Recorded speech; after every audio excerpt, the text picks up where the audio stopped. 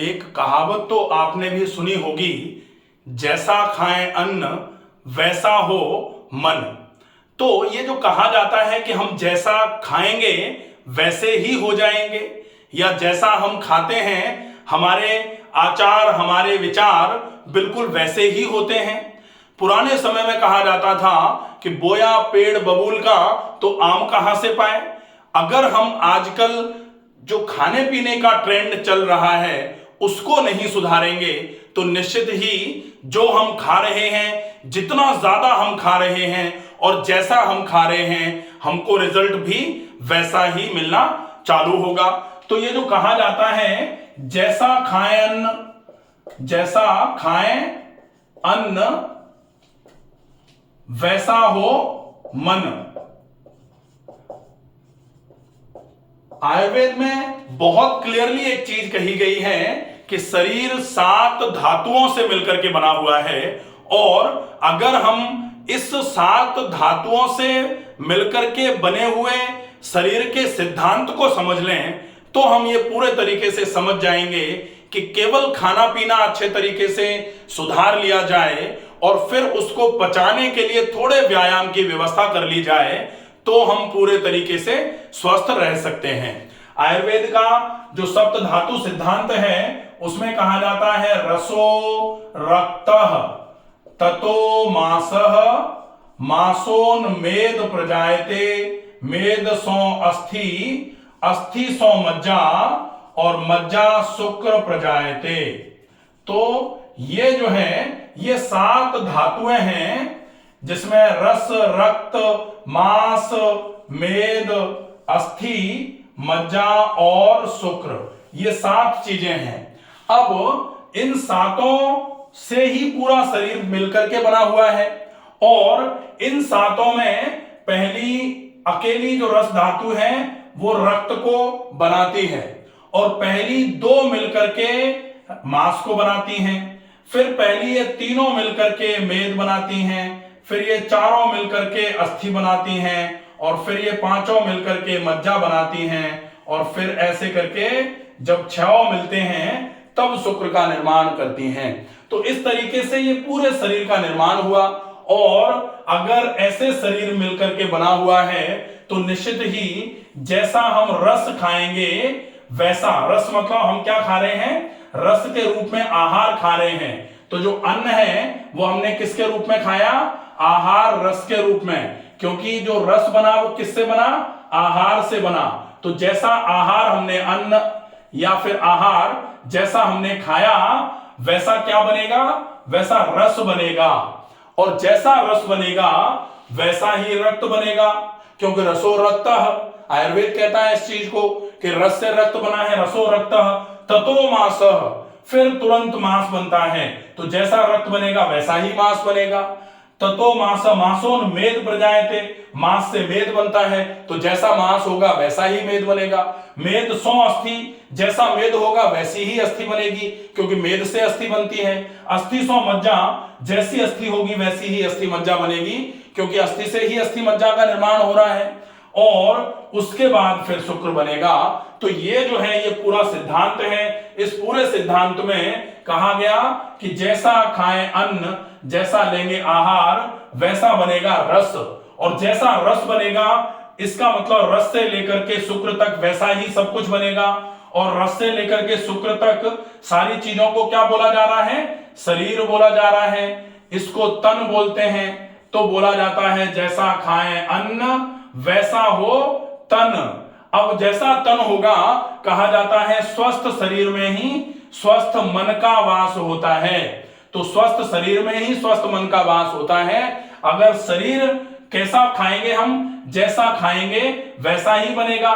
तो अगर हम अच्छा खाएंगे तो शरीर अच्छा बनेगा, शरीर अच्छा बनेगा तो मन भी अच्छा रहेगा। अब अगर हम खाएंगे ही खराब, सही नहीं खा रहे हैं, तो फिर शरीर भी वैसा ही बनेगा, और जैसा शरीर रहेगा वैसा ही मन बनेगा।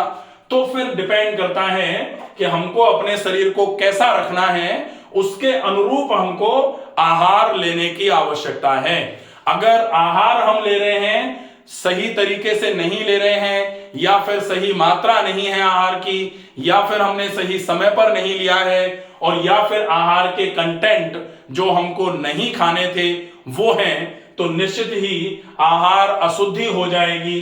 और फिर कहा जाता है आहार अशुद्धो रक्त अशुद्धि, रक्त अशुद्ध होगा, क्योंकि आहार से क्या बना, रस से रक्त बना, आहार रस से रस बना, रस से रक्त बना, आहार अशुद्धो रक्त अशुद्धि, रक्त अशुद्धो शरीर अशुद्धि। अगर रक्त अशुद्ध हुआ तो पूरा शरीर अशुद्ध हो जाएगा, और अशुद्ध शरीर स्वस्थ नहीं रह सकता है। तो अशुद्ध शरीर को स्वस्थ रखना अगर है आपको, तो फिर आपको क्या करना पड़ेगा, सबसे पहले शरीर शुद्धि करनी पड़ेगी। जब आप शरीर शुद्धि करोगे, शरीर शुद्धि कैसे शुरू करोगे, फिर आप यहीं से आओगे, आहार शुद्धो रक्त शुद्धि, रक्त शुद्धो शरीर शुद्धि। तो शरीर की शुद्धि के लिए भी कहां जाना पड़ेगा, जहां से शुरुआत हुई है। शुरुआत कहां से हुई, आहार से हुई। तो आहार अशुद्धि से अगर रक्त अशुद्ध हुआ था, और रक्त अशुद्धि से अगर शरीर अशुद्ध हुआ है, तो फिर आप जब तक आहार की शुद्धि नहीं करोगे तब तक शरीर शुद्धि नहीं हो पाएगी। और आहार शुद्ध और रक्त शुद्धि, रक्त शुद्ध और शरीर शुद्धि, रक्त अगर साफ हो गया तो शरीर साफ हो जाएगा, और जब शरीर साफ हो जाए उसके बाद आप आहार को शुद्ध रख लो तो शरीर शुद्ध बना रहेगा। और अगर आहार शुद्ध रहा, शरीर शुद्ध रहेगा, तो फिर शरीर स्वस्थ भी रहेगा। इसीलिए हम ये कह सकते हैं कि आहार अगर शुद्ध है तो शरीर शुद्ध है, और अगर शरीर शुद्ध है तो शरीर स्वस्थ है। शरीर अगर शुद्ध है तो ही शरीर स्वस्थ है। ठीक है, तो यह क्लियर हुआ कि आहार अगर शुद्ध है तो शरीर शुद्ध रहेगा, और अगर शरीर शुद्ध रहेगा तभी शरीर स्वस्थ रहेगा। इसलिए अगर शरीर को स्वस्थ रखना जरूरी है, या अगर आप चाहते हो शरीर को स्वस्थ रखना है, तो आपको आहार के शुद्ध रखने पर पूरा पूरा फोकस करना पड़ेगा।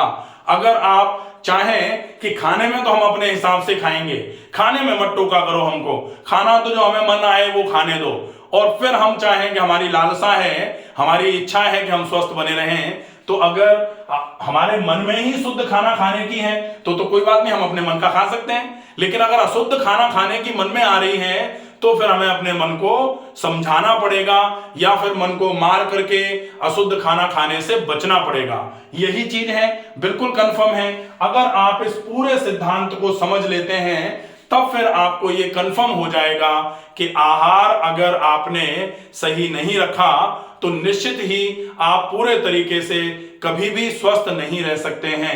गीता जी में भी भगवान श्री कृष्ण जी ने बोला है, युक्ताहार विहारस्य युक्त चेष्टस्य कर्मसु युक्त स्वप्नावबोधस्य योगो भवति दुःखः। ये दुखों को दूर करने वाली बात जब चल रही थी तब बोला गया था कि अगर कोई दुखों से दूर रहना चाहता है तो सबसे पहले युक्त आहार और युक्त विहार का नियमन करे, नियमों का पालन करे। और अगर आप, तो हमें तो क्या चाहिए, हमें तो शरीर को शुद्ध रखना है, शरीर को स्वस्थ तो अपने आप ही हो जाएगा। शरीर शुद्ध अगर रख लो तो स्वस्थ तो अपने आप रहेगा।